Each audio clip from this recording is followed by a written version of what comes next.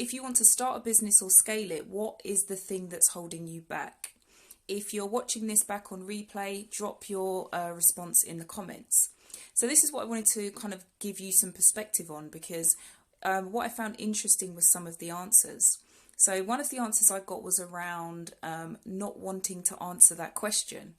So that immediately kind of brought up some thoughts for me, because it's kind of like, well, if you don't know what's holding you back, how can you figure out what the next step is going to be? And this helped me to realise that this is the reason why so many people feel stuck. You know, if you ever wanted to do something, start a business, grow it, you know, take the next step, do the next thing, but you feel like you've got absolutely no idea what to do next, it's because you haven't thought about what's holding you back. You know, you know that you're not moving forward, you don't quite know what it is, but you're not doing anything about finding out the root cause of that to enable you to move forward. And so actually what you're doing is avoiding having the life that you want, creating the business that you want, making the changes, etc. that you want, because you're not trying to find out what the real reason is. And I know why. You know, a lot of the time it is because you're worried about, you know, what could happen if you do decide to do this business. Hi Davina, welcome. So information overwhelm, so much conflicting advice on how to do it. Completely understand that.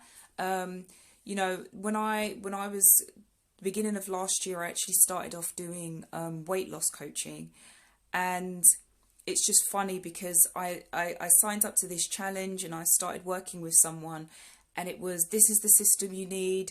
You know, you've got to get a website, you've got to get your social media, you've got to get, you know, your marketing strategy, you've got to have your business strategy, you've got to have your strategy. And I was just like, yeah, I'm not sure if I'm going to last.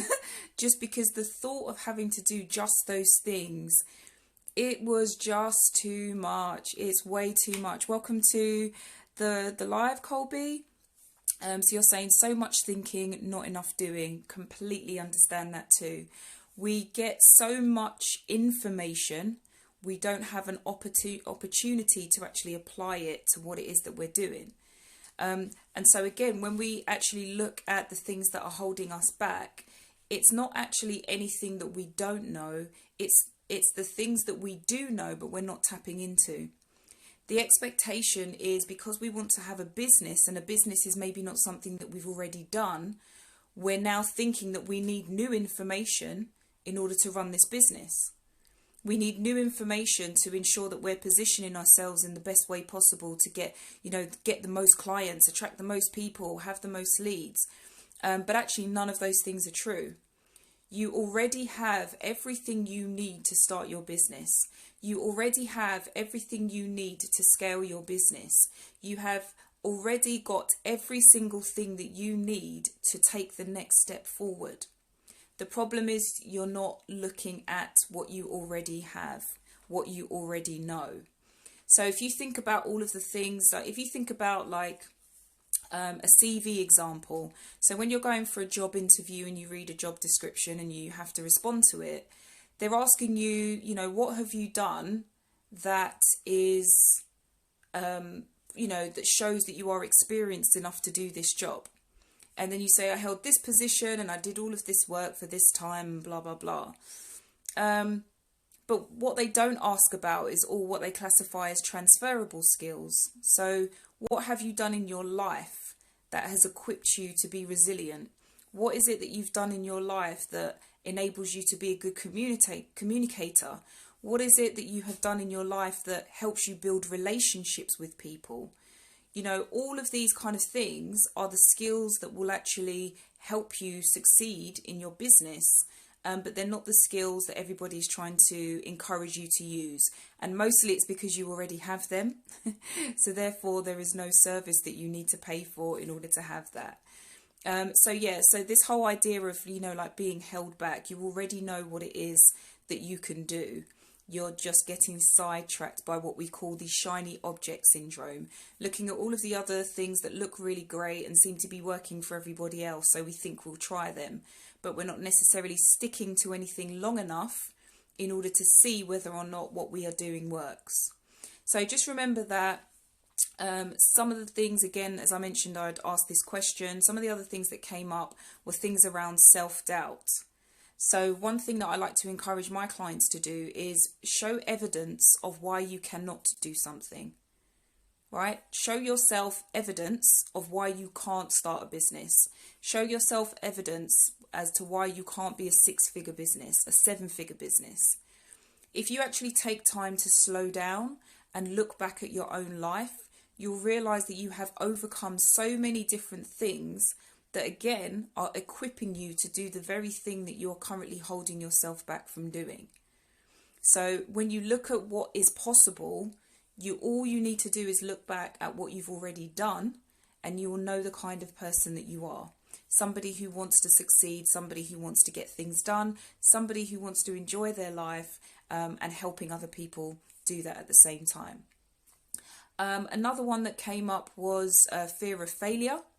So if you're thinking about, what's going to happen if it doesn't work out? What's going to happen if I try and people don't like it? Or what if I don't even end up trying? Or what if I, get a loan or a grant and I end up, wasting the money?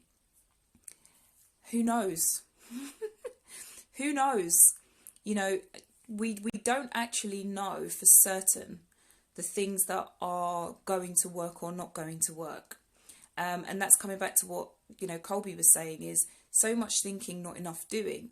Is because when we think about all of these things, essentially we create a movie and we sit there and we take our popcorn and we eat it and we watch that movie and we're like, nah, I'll just stay over here and I'll just eat my popcorn. Whereas there is no enjoyment in that. Life is not about that. Don't think about it. Go and try it. Have experiences to talk about. Because actually in the failure will come the success. The more you are trying things, the more you're in action, the more you are doing things, the more results that you will get. And I like to say that just because things don't work out the way that you want them to, it doesn't mean that they don't work.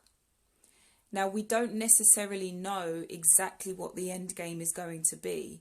But if we commit to the process and we commit to doing the things that we need to do in order to create the success that we really want, then everything will work out in our favour. There's this notion that life happens for us, not to us. And so if you're able to see everything that you do, everything that does work, everything that doesn't work, whatever you do, if you see that as an opportunity to grow, an opportunity to learn, then you will always be winning. You will always be getting results, because every time you fail, you'll be gathering data and information that will help you analyze what you can potentially do better in future. So yeah, this is just, as I said, I'd asked this question and seen some of the results come through. So I thought I'd pass by and share some of that with you. Remember that pretty much most of the things that you are thinking about and kind of dwelling over or ruminating in thought, these are all things that are just thoughts. The future has not happened yet, therefore they're not reality. So if you change your thoughts, what could you possibly act on and use to change your future? Fear, failure, rejection, self-belief, too much information, too much thinking, all of these things to a degree are thoughts. None of them are tangible, none of them are real. The only thing that you can do and get real information about is take action. And when you take action, you just take one step, see how it goes. You look at it, you figure out what could be done better, and then you move on to the next step. And that is the way that you see results. That is the way you start your business. That is the way you grow your business. That is the way you succeed in life. So if you have any further comments, please drop them in the comments below. Let me know what your thoughts are on this video, again, answering that question, what's been holding you back from moving your business to the next level?